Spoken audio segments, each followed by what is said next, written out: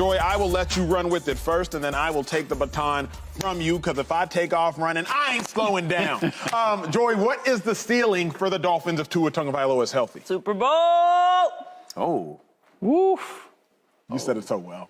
You did a great job. When you say Miami, you're talking Super Bowl. I think it's Super Bowl. I think they can make the Super Bowl. If you can make the Super Bowl, you can win. Anything can happen. It's one game. I think the ceiling is high. They're 7-3 when he was healthy. He led the league in passer rating last year. We got an opportunity to see what Tua is capable of with talent around him, when the organization has said you're the guy, when you have a coach that believes in you. I mean, they brought in Tyreek Hill, they have Waddle, and he performed. The question is, can he stay healthy for an entire season, and can he be healthy at the end of the season and the postseason when it matters? And we'll find out. But the question of whether or not he can play at the highest level has been answered. Yeah. So it's really up to Tua staying healthy at this point. And if he can stay healthy, I don't know why he's not the Dolphins, with the talent that they have on both sides of the ball and what they built on last year, can't be in the mix with all the other teams in the AFC. I'm trying not to be biased genuinely, because I fell in love with the Miami Dolphins last year. You at home, you probably know that. If Tua's healthy, I don't see why the Dolphins can't win the Super Bowl, and I don't see how the Dolphins are not the dark horse to win the Super Bowl. We know how good they are on offense. I'm not going to bore you all with that. Defensively is what not enough people are talking about. Vic Fangio is brought in now as the defensive coordinator. In my mind, he has really revolutionized the 3-4 defense. What is so good about the 3-4 defense? It is harder for an offense to understand where the fourth rusher is coming from. Won't bore you with that. What I will tell you is this. Last time he was a defensive coordinator, Chicago Bears, number 4 defense in football. He has commanded 5 top 5 defenses over the course of his career. That's 5 times, most notably with the San Francisco 49ers when they were great. Shady, Jalen Ramsey has shown up. When you have a player like Jalen Ramsey opposite Xavier Howard, now you know just how versatile you can be, because you can lock the backside. You can say, hey, I will take out this receiver, safety, y'all push to the front side, play 5 defensive players on 3 offensive players. We have a numbers advantage there. Then offensively, where will the Dolphins ever be outmatched? That's the question I ask myself. They're not going to have a defensive secondary that can lock up Jalen Waddle and Tyreek Hill. Waddle is the number 2 wide receiver, had 1,300 yards last year, led the NFL in yards per reception. Where are you going to have a defense that can keep up with the speed of the Miami Dolphins? Raheem Mostert, Devin Achane, drafted in the 3rd round out of Texas A&M. So you might say, well, the Dolphins don't have a tight end. They don't need one. That's why they let Mike Gesicki walk. Secondly and lastly, you said this off camera, I'll say it on camera. When you think about the brilliance of the staff of the Dolphins, I don't know who's as significantly, if any, better. Mike McDaniel, one of the most brilliant offensive minds the game has seen. Vic Fangio, one of the most brilliant defensive minds the game has ever seen. I don't know a team, Shady, that can step on the field and have a significant advantage at any important position group over the Miami Dolphins. Nah, I totally agree. I think if Tua's healthy, they can make that push for a Super Bowl run. I mean, they're in a tough division, but I think that they can compete in that division.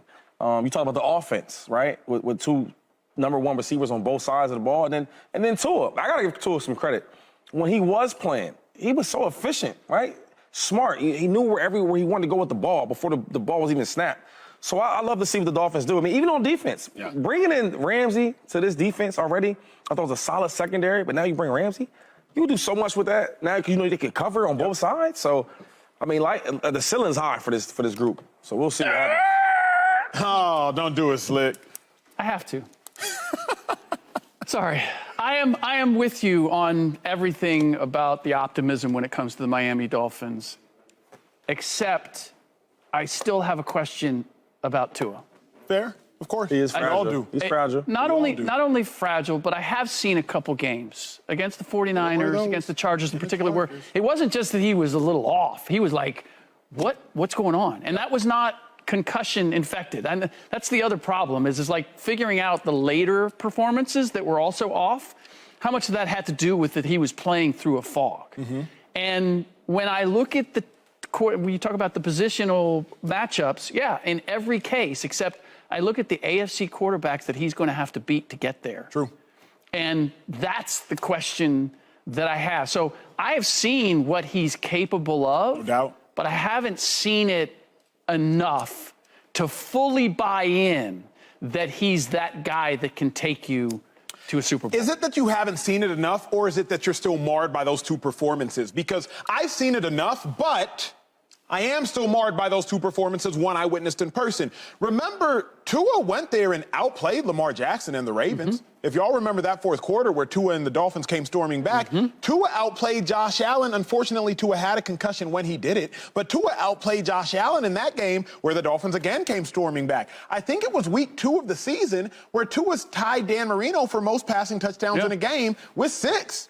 So I've seen enough from Tua positively, but Tua do be getting hurt. Shady, why you smirking? Nah, I mean, this, you said Dan Marino. I mean, Dan, let's just leave Dan out of it. Let's just leave Dan out of it. But nah, he be playing well. I just think that he's so fragile. It's hard to bet on him, right? And then when he comes back, he might go out again. You know, sometimes when guys get hurt, he got hurt. I mean, it sucks, but he'll be back. And then when he comes back, he goes a long time without getting injured again.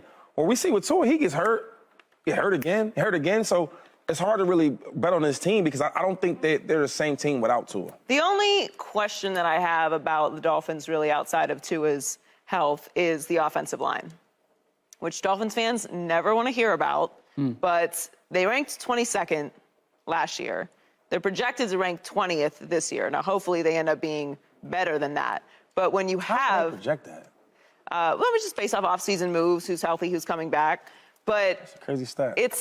That's what's concerning to me because even though Tua can move around a little bit and he's very accurate, as we know, he's also injury prone. And having an offensive line that puts you in bad situations tends to lean towards that's going to be an issue that you're going to have to deal with throughout the season. So I'm hoping that they play improved this year for Tua's sake, obviously, and for the offense's sake, because when you're asking what's a position group that could line up against the Dolphins and have the advantage, well, defensive line could have the advantage in that space if the offensive line is struggling. So that's the only question about it. But we're doing all of these projections at this point in the NFL calendar year. Obviously, this is all on paper, what we're looking for. And, you know, we're all assuming everyone's healthy at the end of the season. Everyone's going to have all their crucial pieces at the end of the season. We know that's not going to be true. But I don't know why, when you look at what the Dolphins had when they added this offseason, building again on what they saw from Tua last year, bringing back some of the high-level pieces that they do have, and bringing in the high-level pieces that they acquired this offseason, why you can't be that optimistic. Like, I feel better about where the Dolphins are right now than where the Jets are. Yeah. I feel like I have less questions about the Dolphins than the Jets. And we're talking about the Jets as Super Bowl contenders. There's not really a question about the Dolphins. The only question is Tua's health. But you can't project somebody getting hurt. At least we won't, not on this show. It's just respect of the athletes too much. On paper, I think the Dolphins, on paper, considering coaching as well, I think the Dolphins, the Chiefs, the Bengals. But truth be told, I don't like the Bengals defense, so that's why I really like the Dolphins on paper. The Chiefs, they have Andy Reid and Patrick Mahomes, so you can't even, you just kind of got to put them to the side. And Travis Kelce. So you really just got to put them to the side. But 2-5 on paper, it's all Dolphins for me. And the last thing I'll say is there's a difference, and I'm interested if you'll speak to this. Maybe I'll know more as a defender, between pocket presence and mobility. Tua is not a mobile quarterback. Tua's pocket presence is elite.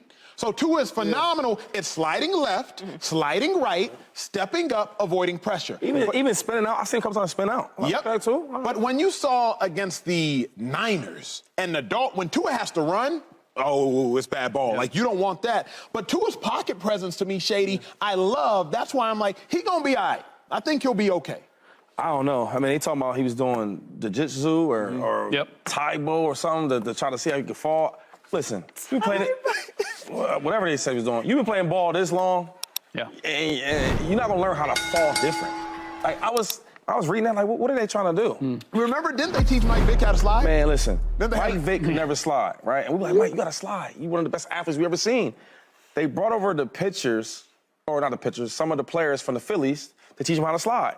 They're in there trying to teach this all-star athlete how to slide. He couldn't do it. He's been playing ball for so many years.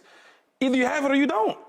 It got so bad that they got the sliding board, them blow up. You know what I'm talking about? Slip and slide? Slip and slide to teach him. He couldn't do it. So my thing is, you can't teach an old dog new tricks. New tricks. My grandma always telling me that. Well, from the AFC quarterbacks to the NFC quarterbacks.